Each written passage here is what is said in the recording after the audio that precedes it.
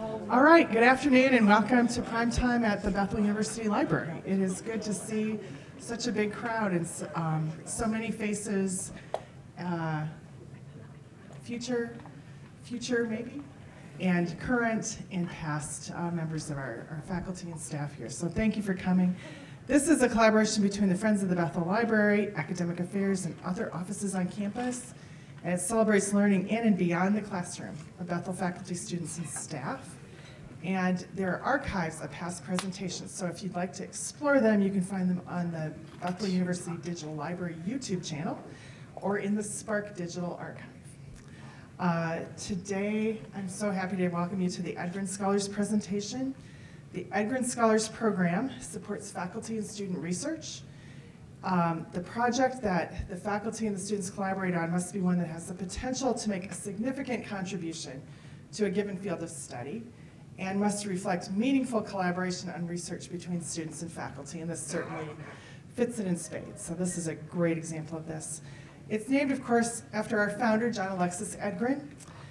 One key educational principle that he articulated way back in the 19th century was that the relation between teachers and pupil shall not be that of commander and subject, but one of true friendship and helpfulness.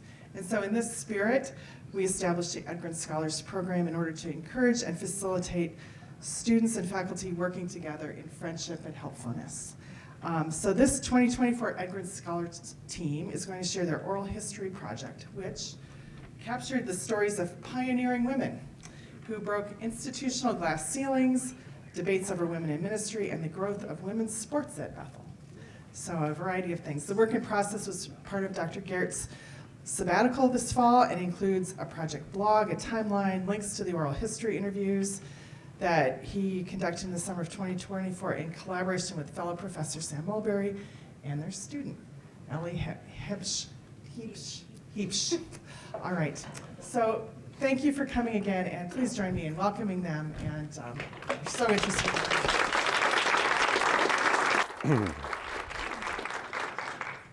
Well, thank you for coming. I was telling Ellie, it's always fun to have a huge crowd. It's also a little nerve-wracking to have a huge crowd, but I'm so glad you're here for this primetime presentation about essentially debuting, unveiling an oral history project that the three of us have been working on since last summer and even really since last spring.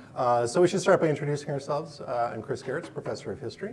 My name is Ellie Heebsh. I am a history and digital humanities senior. And I'm Sam Mulberry, and I teach in the history department. Okay. So we'll say a little bit about what our project was, where it came from. We're going to offer a few reflections on it. More importantly, we're going to give a chance to some of these women to speak, some of them because they're recorded, and we'll give you a kind of master cut of some of them. And then we actually have several of these women came here today, and a few of them are going to get up and share just a couple of reflections before we're done. We might even have time for some further questions.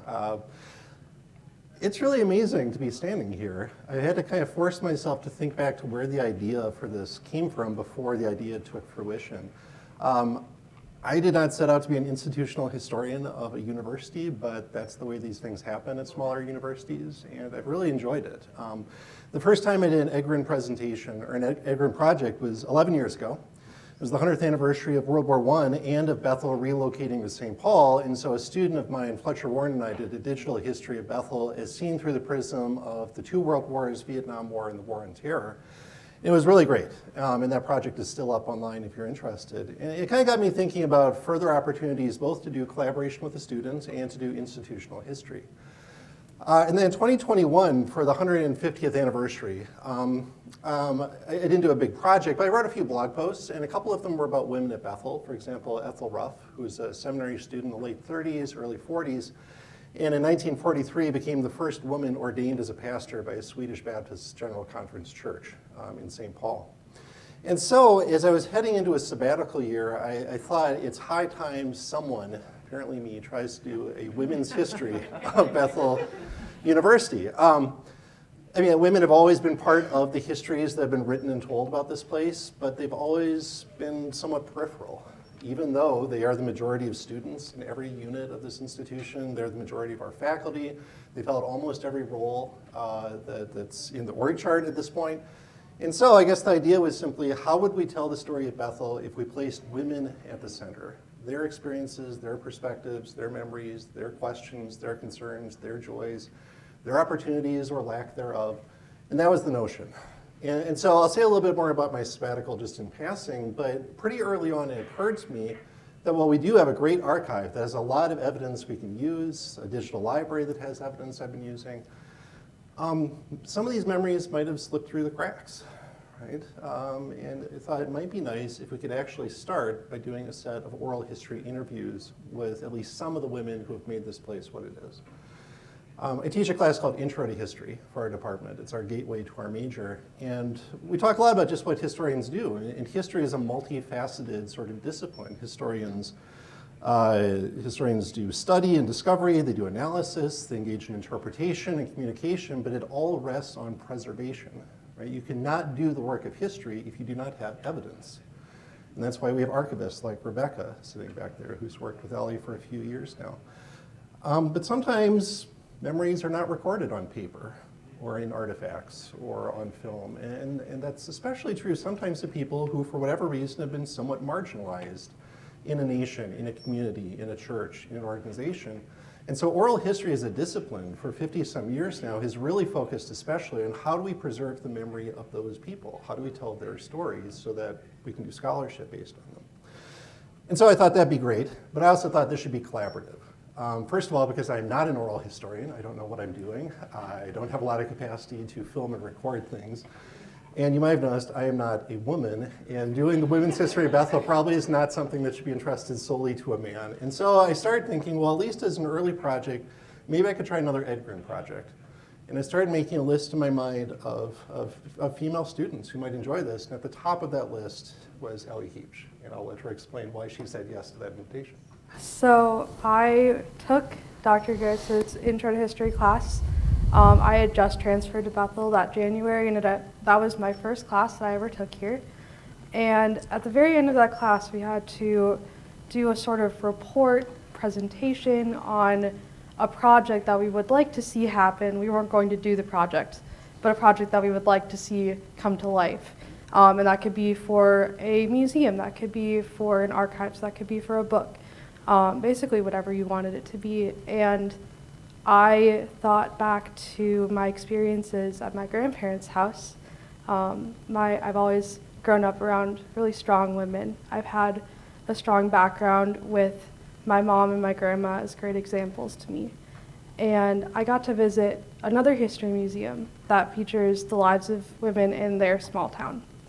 And I noticed a distinct lack of women there that were present in their history museum, that were shown to be part of people's lives for the greater part of the 1800s and 1900s that they lived in the prairie. And I thought about that, and I said, what if we could make a new museum exhibit here that could feature the lives of women, their experiences of growing up on the prairie, of supporting mostly male farmers, of having and raising kids, what their church experience was like, and all the way up to the present. And to do this, I proposed an oral history of their small town, interviewing women individually about what that was like for them, what it was like to marry into these families out here, what it was like to grow up in them. And that kind of fed right into this project. It really nourished my research here and my inspiration for wanting to work with women especially. As I mentioned, Ellie's also been our archives TA for 3 years now. And so it was a natural connection because we knew Rebecca would be an important part of this collaboration. And so as then we started meeting and planning how this would work, we knew we'd need the help of some other people. Amy Popping in our department is our resident oral historian. She gave us a tutorial on how to think about this. But I also thought we probably need 2 faculty for this. Sam and I have collaborated on countless things at this point. Too many. But Sam, I thought, would bring not only some technical skill, but also a real commitment to storytelling at Bethel. So Sam, why did you want to be part of this project? I wanted to be part of it because I think when you read institutional histories, particularly of universities, they tend to be stories of programs, of buildings, and of presidents. No offense. But there's more to those stories. And I think, as Chris pointed out, a lot of the individual stories get lost in this. And for me, when I think, I was a student here at Bethel in the late 90s, and my experience of Bethel is that the story of this place is a lot more about the impact of lives on other lives. And by talking to people, by preserving their stories, we get a picture of that. And when I think about the interviews that we did this summer and the project Chris is putting together, I see a lot more of that. This looks a lot more like Bethel than a story about development of programs and things like that. So that was a big piece of it for me. I've been doing institutional history kind of like you accidentally, like I keep doing projects that are, I think it's because I don't like to travel, that are like here. So then I can, so this is probably the third or fourth big institutional archive work that I've done. So I've worked with interviewing graduating students of color. We did that for about 5 or 6 years, so we have a big archive of that. My 2018 sabbatical was interviewing people who'd won the Bethel Teaching Award about teaching, so we built a big archive for that. So those are the types of projects that I'm interested in. And then because Chris and I have worked together, we both have developed complementary skills. So I realized that probably 15 years ago that it would be helpful if one of us learned how to do media production. So that's kind of my role in this project, is mostly that. Thank you for realizing that. So briefly, here's how the project was designed and our timeline. We started last spring just talking to each other, starting by just reading what's happened before. All history builds on the work of previous histories, partly to get a baseline knowledge of the history, but also to start realizing what are some of those holes in the history, or what are some questions we ought to be asking that haven't been asked before. We started discussing with each other what questions to ask. That's a surprisingly difficult part of the process of doing oral history. You only have so much time for the interview. You want to ask questions that are going to be helpful, but also relatively broad, and give people the space to share what they want to share. Also, like, I knew what I wanted to research, but one beauty of this project is this should enable generations of research by historians who have not yet thought about this topic. And so you want to ask broad questions. And then most importantly, which women are we going to interview? And this is the hardest, and in some ways the most disappointing part. There are many more women we should have recorded interviews with, and maybe there'll be another generation of this project. Even with our funding, we have limited time, energy, ability to do that, and so we had to start making a list. And so we had put our heads together. We also wanted to involve the community. Public history is a work of the community. It's not just the work of the historian. And so I think we had an e-announcement, a C-faculty post. We invite people to nominate women they thought should be part of a project like this. Took all that and started to put together a list and started scheduling interviews. So this ran from about mid-June until mid-August. And we ended up interviewing 34 women. I think maybe a quarter said they weren't interested or not available. You know, it was relatively uncommon, but a few just didn't work out for whatever reason. And we wound up with nearly 3 dozen. So a couple of categories of people we wanted to make sure to interview. First of all, women who were pioneers or founders of some sort. And maybe especially women who are aging, who this is maybe our chance to recover some memories. So just to name a few examples of this, we tracked down Tricia Brownlee, who is back living in Shreveport, Louisiana. We Zoom interviewed with her. Tricia came to Bethel in 1968, was the founder of the women's volleyball and softball teams, taught physical education. In 1977, transitioned to academic administration and retired in 2001 as essentially the dean of the College of Arts and Sciences, the first woman to serve as academic dean. She was succeeded by Deb Harless, who's sitting up front here, who had been an alum and a psychology professor, helped run the Ask office, and then became the first woman provost in 2013. We also talked to, for example, Eleanor Edgren, who is probably at the top of my list of women I wanted to interview, the founder of the nursing department, and someone I got to know through church for a long time. And then many other women who, in different ways, kind of fit that mold. We also wanted a cross-section of at least employees' experience. We'll talk about students later. And so we tried to get long-serving, generally at least 10 years, some as many as 35 to 40, because Bethel is that kind of place. Women from faculty from different academic departments, staff from a variety of offices. We tried to cast the net as broadly as we could. We didn't quite cover everything, but I think if you look at what's in the digital library, you do get a kind of cross-section of women's experiences at Bethel, going back certainly to the 1970s. Our focus has primarily been on the Arden Hills chapter. But some of the women we interviewed were students in the 60s. Carol Spickelmeyer, Judy Mosman were here in the early to mid 1960s, and so we got a little bit of that history as well. That was the intense interviewing process, and then the unglamorous side is what we've been doing with fewer hours available from fall to winter. This is less about me and more about you two. Sam, I'll start with what have you been doing since August, basically? So my job was to take the video that we cut and create a kind of official version of those interviews, both in audio and video form, to have in the archives. And then I did a more watchable edit of them, cutting out things like the questions that we asked and things like this to make this into a more viewable project. And those are also have been delivered and maybe are available in the archives. I'm not sure where all that stuff is at. So. Yeah. And Ellie, what were you working I've been working on our transcripts from all of the interviews. Sam helpfully put together and run those through AI. And AI is amazing. AI wonderful. is amazing. It's Why are we great. bad-mouthing AI so much? I was talking to Rebecca Bain about this a few weeks ago, how she did some of her own work on transcripts when she was in college, not that long ago, and she was still writing everything out, typing everything out. I got to run it through an AI, go through and look at it, which is great, but it's not perfect. So Some of your names are spelled in really interesting ways by AI, by the way. AI is great at getting the big gist of things, writing it into sort of paragraphs that look nice. It's not good at names. It's not good at sort of abbreviations, which Bethel has many of. And so I had to go through and edit all of those things, go through and find them, dig them out, highlight some people that we could add footnotes in about, and that took months. You're also a busy student Yes. with other things in your life at this point. So this is what we've been working on. We'll show you what the result looks like in just a second. I want to acknowledge one important group of women we didn't really talk to were current students. And so we had heard a few of those names in the initial nomination process. And then we also thought at some point, maybe not at the beginning, at the end of every interview, we asked at least recently retired or current faculty and staff who is a current student or a recent alum we should talk to as well. Unfortunately, we did not have the bandwidth to do a bunch of those interviews in the fall or winter, but I did go through those names. Some of them have written for our devotional project that some of you have seen. As I got into my fall sabbatical, I also did some email interviews with some of those students, recent alumni, and then a few other people who just happened to speak to particular topics. Like I did a Zoom interview with Deb Hunter, who was the women's basketball coach in the 1980s. For my sabbatical project, which is in progress, so I'm not going to say a lot about the women of Bethel, but this is going to be a digital project that I'm kind of building as I go. So during the fall, I was doing digital library and archival research. And once or twice a week, I'd write a blog post about it.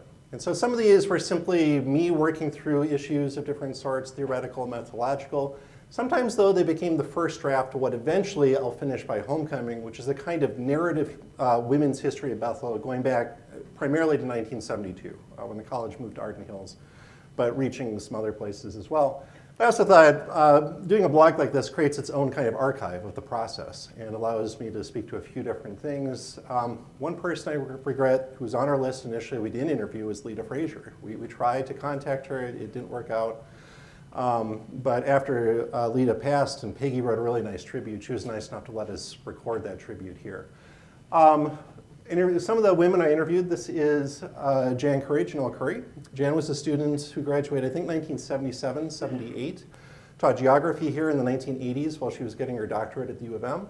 And then went on from there to teach at Calvin College, become the first woman president at Gordon College, and she's now head of the American Scientific Affiliation, that I know some of the faculty here are part of. And so, so I don't know if she will show up in the final narrative, but she shows up in that way as well. So this will keep on going. If you're interested, you'll find all the blog posts. You'll also find a 3-part digital timeline that kind of tells an outline version of the story and starts to integrate even some clips from our interviews plus other sources. The other thing I've alluded to is at some point in this project, we thought it might be a good idea to revive something that had started back in the year 2000.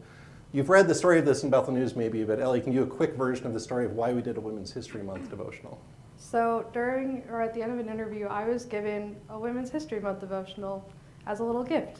And I looked at it and said, this is really interesting. I've never heard of this before. And we flipped through it and read some of the people that had written devotionals and said, this would be a really good way to highlight some of the people that we didn't get to touch on. There are so many people that we want to talk to, so many people that came to mind or that other people mentioned that we just don't have the scope for. But then I started thinking about how I wanted to include students and include you in this, how I wanted to make it more public. And that's where the devotional came from, where we decided that would be a good thing to revive for this year. So we want to credit Barb Martin, who is one of the women we interviewed. She had been one of the initial organizers of the print devotional. This is our online devotional you can find at Substack. So here's the list of the 34 women we interviewed, I think in alphabetical order. We're going to hear from some of them in just a second, but before we get there, I mean, it's really not about us, and our job here is not so much to interpret what we heard as to preserve it, but I mean, you can't help but start to get some takeaways. So Sam, do you want to start? I'll say something, and then Ellie will take us into what's something you took away from filming these, listening to them, talking about them? Yeah, I mean, one of the things that first struck me was the people who sat down for interviews, how eager they were to be interviewed. So like, if you're thinking of doing an oral history and you're thinking, people don't want to do this. Yes, they do. People want to tell stories, want to tell their stories. And people came really prepared to have these conversations, which was really great. So I think that's one of the things. I think when you go into an oral history, you go in without expectations and you let the person guide you where you're going to go. I would say my big takeaway, the thing I'm proudest of this, is that probably about half the people we interviewed are people that I knew, that I worked with a great deal. And when I watch those interviews, I feel like the person that I know shows up on that screen, which is what you hope for. So then I assume the people I don't know also show up on the screen. So that was a big thing I was concerned about, is like, can we capture not only their words, but something about who they are, something about their energy? And I think that happened. Yeah. I'll try not to get emotional about this. I caught myself realizing that my daughter's world was created by women like this. Like, my daughter plays volleyball, softball. She just started running track yesterday. She was really sore this morning. That didn't come from nowhere, right? Women's sports has a long history. But it was built by people that we talked to, people like Tricia, people like Kathy, people like Judy and student life people.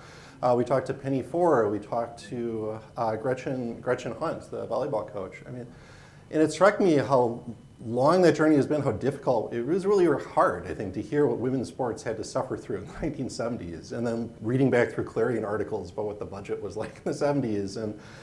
And it took perseverance and diligence and commitment, but I was so glad to hear about it. And when we always ask them, so why was that so important to you? What's the significance of women's sports? It echoed so much what my daughter gets from women's sports, right? You get chances for community, for leadership, for character building. One of our interviews talked about how it gives you a broader sense of possibilities for women, for ideas of feminine beauty, and personal growth. I mean, I say this as an academic, like a big part of learning at this place is what happens on athletic fields and courts and rinks. And I'm glad that women have equal access, but that took effort and pain and suffering and struggles too. And so that, and then academically, my daughter, I don't know if she'll come here, but I've asked her what she wants to major in. She doesn't really know. But what she talks about are psychology, art, and business. And it struck me that if she comes here, she'll come to departments built by people like Kathy and Deb in psychology, Jesse Henderson in art, and people like Bethany Absada we interviewed in business, right? She will not just see women represented at the head of classrooms and designing assignments, but they're the leaders of those departments and offices, and that's really important to me as a father of a daughter. So this is not about me, but I couldn't help thinking of that role as I was doing this. Ellie, there are many things you could talk about here, but there was one thing you noticed early on that I think has probably been our primary takeaway from all this. Yeah, I started to thinking on my digital humanities side of my brain, starting to put together a sort of web in my brain of, even early on, Kathy Nevins, our first interview, mentioned all of these women, and then I got to meet them. And I started to hear the same names. They all started to mention each other. They were all talking about the support that they got from one another, a network of women. Oftentimes, women were singular, especially at the beginning of their department. They were the only woman there, or they were one of just a few, but they found ways to connect to each other across the university, which is really powerful to hear. and really connected to how I think I took for granted in my own life, how I have so many wonderful women surrounding me, and to hear their stories about how they piece this together themselves was very powerful. So I took that and I turned it into a little network using my digital humanities skills, thanks to Charlie Goldberg.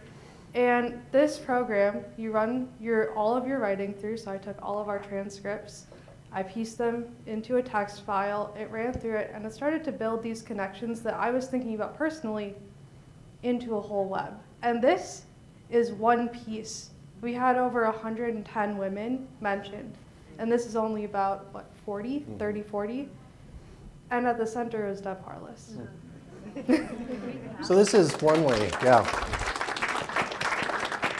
So we thought this is one way to start to visualize these kind of networks that emerge. It also gives you some names of other people we didn't have a chance to interview, some of whom are not with us or they moved on. But we also thought another way we could do this is to maybe ask Sam to piece together at least like a 6-7 minute clip showing you some of the interviewees talking about each other. And I think you'll get this sense of an emerging network as we do it. I've certainly learned from Kathy Nevins. I think every female faculty member here has learned something from Kathy Nevins. I know that over the course of Kathy's career, I know that she would say that kind of every year she would think of who might be one or two younger women faculty that she wanted to kind of take under her wing and mentor. And I don't think she ever used those words with me, but as I look back on it, it's pretty obvious that that's kind of what our relationship was like at the beginning. She was so skilled at and intentional about welcoming, especially new women, and onto the faculty and doing things to get them connected. When Laurel Bunker was hired as our first female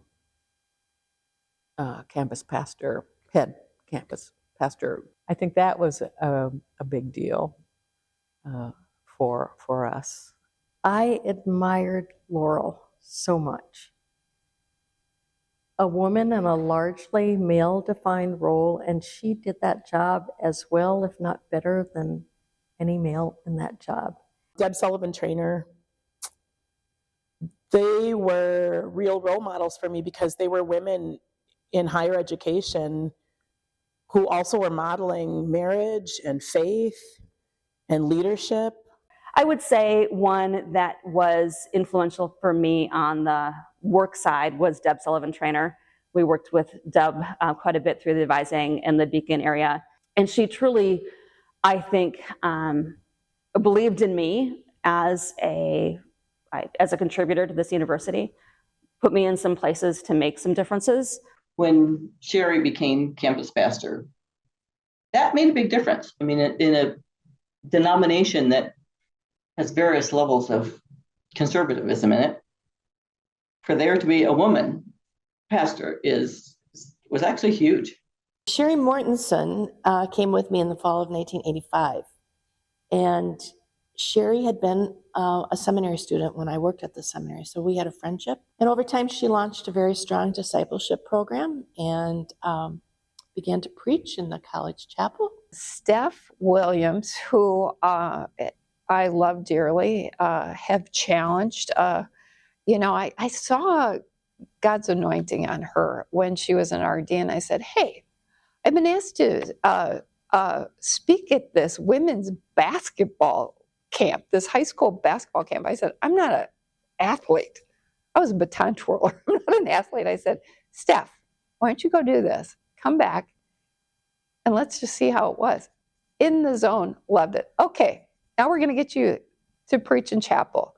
And I saw that in her. Steph she's been wonderful to go and learn from and enjoy her leadership. I think Peggy Kendall and her communication classes and learning from her and seeing her as a woman who used her voice well was really significant for me early on. I had been in contact with Lita Frazier, who was the department chair at the time, and she said, you need to do this. She was a strong woman. She was really a role model.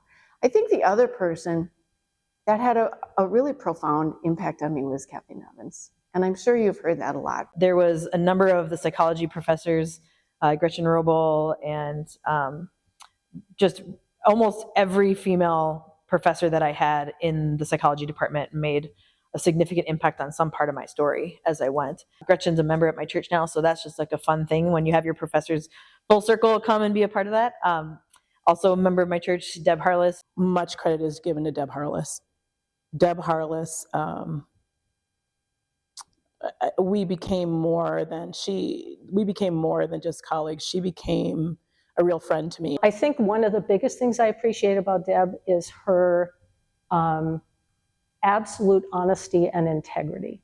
She was such an encouragement to me and would send notes, send flowers sometimes. Deb Harless just always blew my mind because whenever I'd get in a meeting with her, she could get the understanding of something we were trying to explain so quickly. It just felt like she could ask the right questions, get to the heart of it, understand what you were asking for, and then, not that you always got it, but figure out a way forward. She would listen to people, and then she would somehow get people to move forward, even if it was really bad news. So I think that was a pivotal turning point for Bethel and represented a lot of, I think, the best of Bethel in some ways. I don't know if you'll be surprised to know, almost everyone mentioned you becoming provost as a transitional woman. So maybe to put a finer point on something you've already alluded to, more women in leadership, but as you took on that position, or even as you applied for it, were you conscious of this is I'll be the first woman as provost, that itself is a turning point, or did it not feel that way? Well, first of all, that makes me want to cry. So, wow. I think I was more conscious, honestly, I think I was more conscious of being a Bethel alum in that role. Bethel was a really freeing place for me because I was really aware of, especially the roles that I was expected to take on, that I just didn't think I was called to or even going to be very good at. My family and my church, they were very, very intertwined. My family was very involved in church. But there was a set of roles for women and for men. When I came to Bethel, it was incredibly freeing to really be surrounded by people who said, learn who you are, learn how God's created you. What are you passionate about? How's he calling you? It was that question of, how's he calling you? And not that tomorrow he's going to write on the bathroom mirror, here's what you should do. I always wanted that. It never happens. I'm telling you, it never happens, Ellie. How's he calling you? And how are you going to respond? And how do you know? And that's a lifelong journey. So Bethel as a woman in many ways was very freeing. Now, and I realize I really do love Bethel. And sometimes I can make it sound too perfect. And there were challenges, for sure. But being a woman student, being a woman faculty member, being a woman administrator, overall, I was treated well. This is a place full of people committed in their faith and to living that faith. And when we fail or disappoint each other or treat each other badly, generally we try to do better. So overall, Bethel was a really good place for me.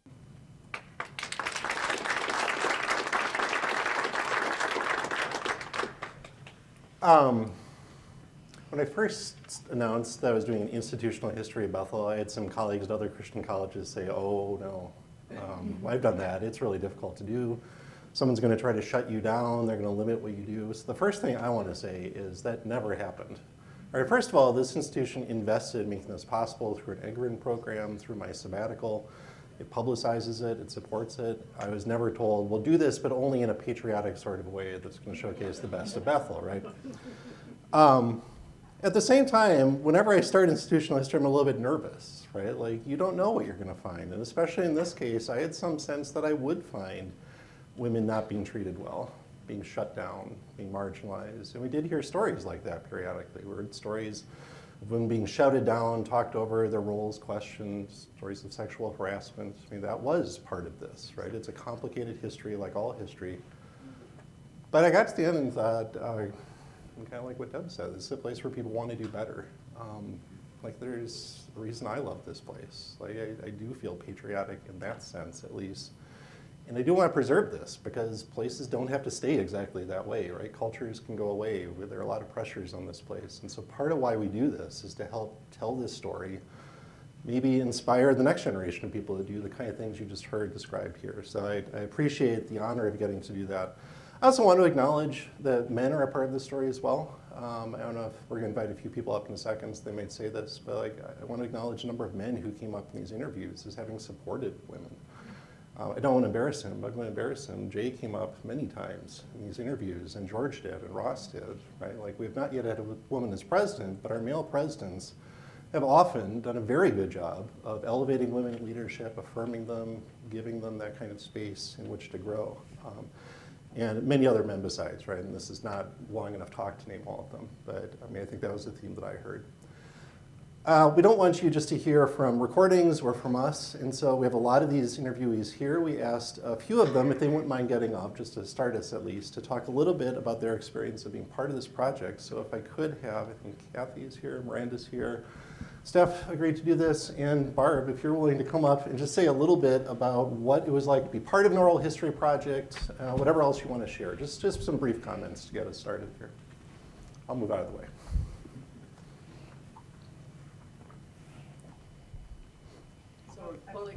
Come on over. Great. First, last, whatever. Okay. Is this on? Yep. Great. Hi, everyone. I have to say that Chris is not the only one who's been affected by this emotionally, and certainly it shows in my face how this is filled. So I'm going to try to be humorous so that I can get back on track. And I found a card this morning. I've been going through files, as Sam now knows, and I found an article, actually a paper that Deb Harless wrote in 1970. Yeah, yeah. So that's now going to be in the archives, I think. But the question, we were asked two questions. One was, what was it like to be interviewed? And the second one was, what did it mean to you to be part of this project? And the humorous part is, did you know that women who speak their mind and don't take any crap actually live longer? So, Eleanor? Right? So what it was like to be interviewed was a mixture of feeling, I think, validated, feeling nervous. What can I say? I wrote pages and pages of stories that I could talk about. I talked about maybe 20% of them. And also dealing with the question of, are there things that I know or experience that I feel like I maybe shouldn't share? And even today, having a meeting, Eleanor, as we came in, you know, it's part of our context here is what do we share and what we don't? What is confidential and private, what is not? And frankly, I think we need to shed a light.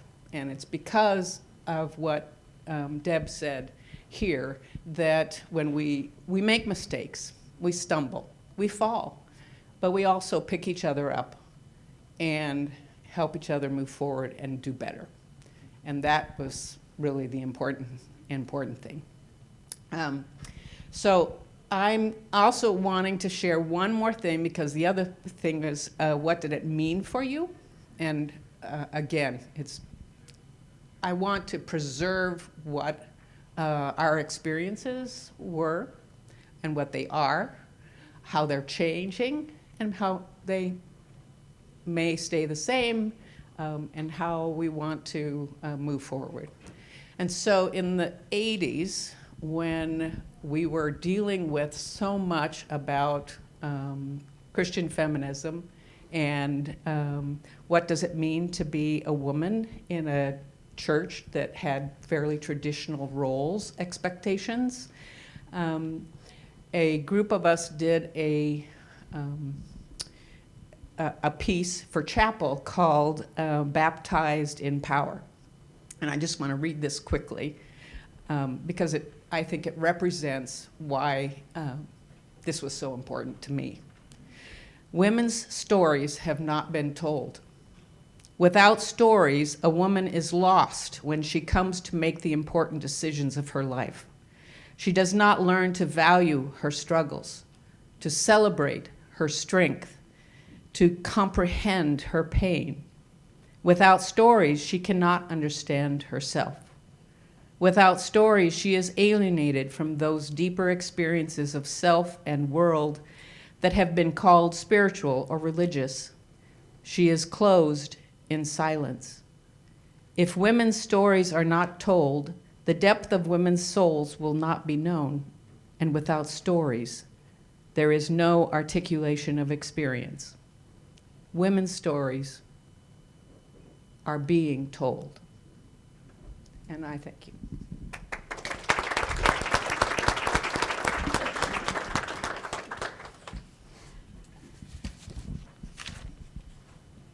Well, when I was asked to do this, I was honored.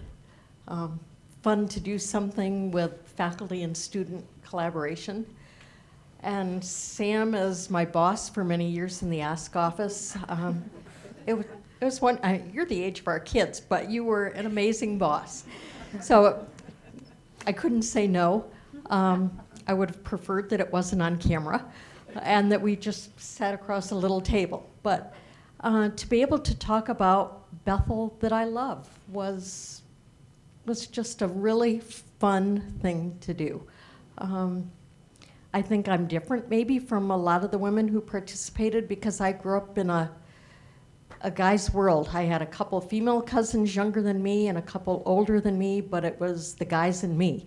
So I never, what is the women's role didn't really affect me because I was just another human being interacting with all of this crowd.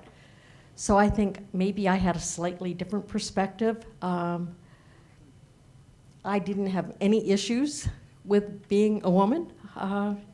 The only time I encountered male-female stuff was in my nursing days, but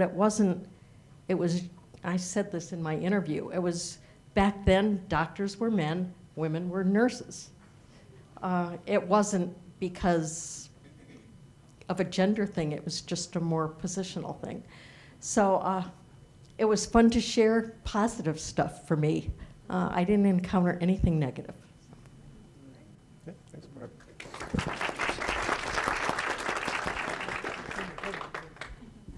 All right. I can't believe you made us watch that video before we actually shared this. That was rough. I'm Stephanie Williams O'Brien. I'm the lead pastor at Mill City Church, which is a converged church here in Minneapolis, and also the holder of the legacy of Elam Church, one of the first converged churches here in Minneapolis as well, and we get to worship in their space. And that's significant for me being asked to do this because I wonder if I would have been asked before adopting the legacy of Elam, if I would have felt like, no, I don't know that I need to be on this list. But when you asked after that, it felt like, oh yes, I want to represent these people and these women who for so many years have, I take that adopting that legacy really seriously, even though Elam has closed and joined Mill City. So that was part of the yes for me. I also think that 5 years ago, if you would have asked me to sit in the Eastland room with a few people and a spotlight and a camera, I would have thought, this is so weird. But after COVID, it just feels like a normal thing that we do now, is sit in a room with a couple people and talk to a camera. But honestly, you guys made it so comfortable and wonderful to be a part of it. And I remember thinking, are they going to cut some of this stuff out? Because I bet I'm not the only one that got pretty emotional at different points where I was like, oh boy, hold it together. But I think that's good. I hope you leave those things in there. I'm sure they are, to show the emotion that we feel. So I think what it means to me is that web that you showed up there. I hope that we get to see that because that's what's so meaningful. I think about this group of women, and I went through and counted. I know almost all of them personally, and 15 of them have made what I would say is a significant impact on my life. 15 out of just the 34 women that you chose out of hundreds of women that have made an impact here at Bethel. And 5 of them are members of my church now, which is really significant to me and super meaningful because if any of you are ever in a spot like mine, what it means for someone to put their trust in your leadership and your space by becoming a member of your organization is something that you should never take lightly and attention that you should always hold. It's a really big deal to me that people would want to be a part of what God's doing through our church. So that matters a ton. And I think the reflection I have on that web is that I've been in other spaces where there's collections of women, and what is typical is that women vie for positions and don't often share space very well. And the fact that we do that so well at Bethel, and there's times where we can get into it a little bit, come on, of course. But honestly, like the way in which we share space, empower each other, name each other, call each other out, find positional opportunities to advocate for each other, I just want to say, I don't think that's normal. I don't think that's normal, even in secular spaces, for women to do that. My friend Joe often talks about how women in leadership spaces is like musical chairs, and you're all trying to get the one seat, but there isn't only one seat. Look at the fact there's not only one seat. And here at Bethel, it never feels like there's only one seat for women to step into when it comes to leadership spaces. And that's what I would hope is the experience at my church and in other places that we could put in a list of organizations that have been impacted by these women who have led. That would be a whole web, and how we support each other across the different organizations. I was just speaking at Pulse with Pastor Laurel on behalf of her and her invitation, because we encourage each other, and the quote is true that a rising tide floats all boats, and I think Bethel has been that for women, so that's what it's meant to me. I really didn't want to go last because, who wants to follow Steph?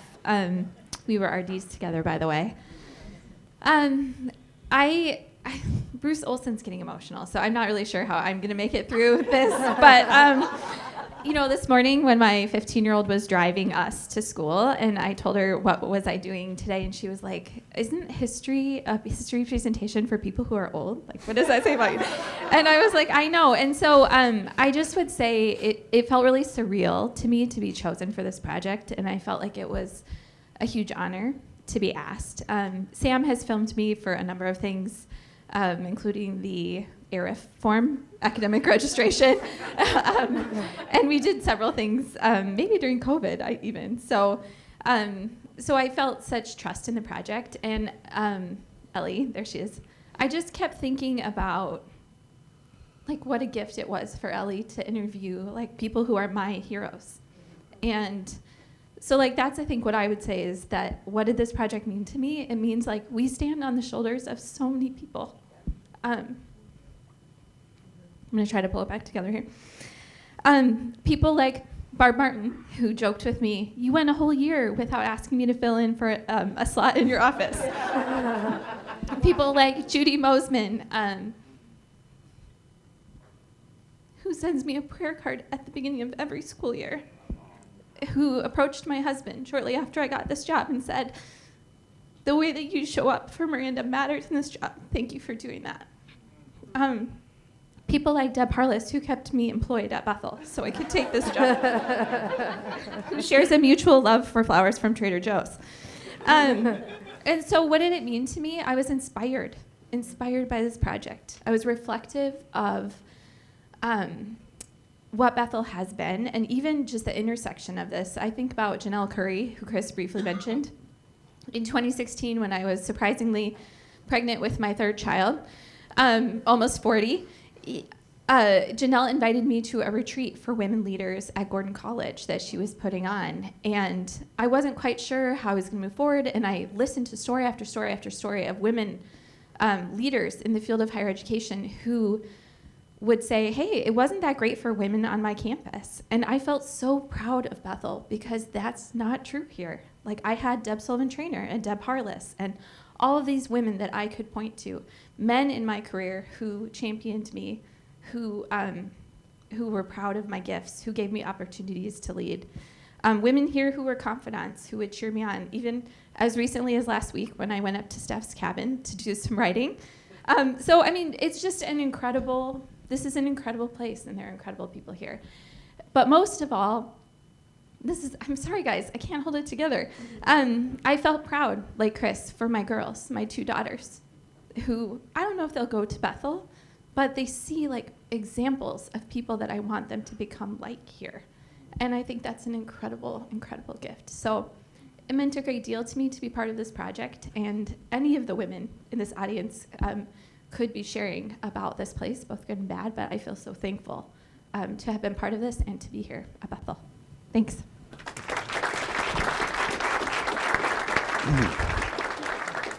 So we are running short on time. We could hear from many more. If people want to stay, we can share stories. As long as you want to be here and as long as the library is willing to host us. We probably should just wrap up by talking about where we go from here. This is, like any work of history, this is incomplete. I'd give anything to be able to interview Stacey Hecht for this project, and we can't do that, right? Some memories are lost. But this is not the end of this work, right? First of all, anyone who would like to do some research on the women's history of Bethel, there is now a quite substantial oral history project at our digital library. I want to thank Carrie, our digital librarian, Rebecca, our archivist, for the work they put in. It's not just Ellie doing a lot of hard work. Lots of people are part of this. I get to use this now as I finish up my sabbatical project, write those essays, but I hope I'm not the last historian in Bethel to be telling stories like this. I hope some of my students here are inspired to want to maybe do research projects on this, to fill in some of the holes that we've no doubt left. That's what I have to say. Either of you, where are you going from here? Ellie, you're the one who's really end with here. That's a big question. I'm a senior. I graduate in December of 25, and I'm a digital humanities major, which for those of you that don't know what that is, it's a very complicated thing, but it could lead into library science, museum studies, cultural studies, really any number of things. And this project helped me narrow down what I was feeling. By the start of this project, I was a little bit confused because I love the archives. It's a great place. I've worked there for 3 years. And on the other hand, it feels very singular. And it feels sort of alone sometimes, like I'm the only student worker there. And getting to meet 34 people who I can now consider my heroes made me want to see people outside of the community, to see people in the community and get to talk to them. I think it sort of directed me towards the idea of public history. I don't know where I'll end up. Maybe I'll get to finish the project that I proposed in Chris's class. Who knows? But I know that for me, I would really like to see some sort of interaction with all of you as people I can connect to through our present and through history. That would be really meaningful. So we could keep going, but it is the end of time. So thank you so much for coming. I hope you enjoyed this. Hopefully it was stimulating, maybe even a little bit inspiring. If you want to hang around, we can share stories. We would like to get a picture of any of the women we interviewed. If you don't mind coming up front, we might take a group shot before we're done. But enjoy the rest of your day. Thanks for coming.